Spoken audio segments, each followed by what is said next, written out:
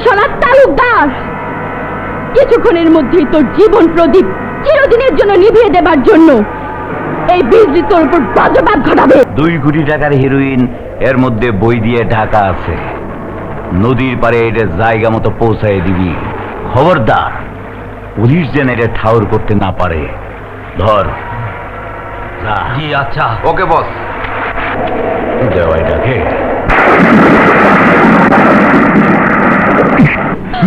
কে তুমি? বলো কে তুমি?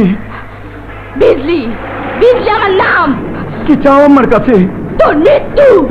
আমার মৃত্যু? হ্যাঁ, আজ থেকে অনেক বছর আগে তুই আমার বাবাকে গুলি করে মেরেছিলি, আর আমার মাকে তুই এবং চেয়ারম্যান সহ 5 জন মিলে পাশবিক অত্যাচার করে মেরেছিলি।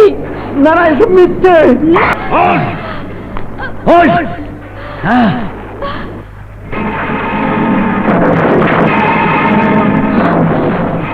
তুমি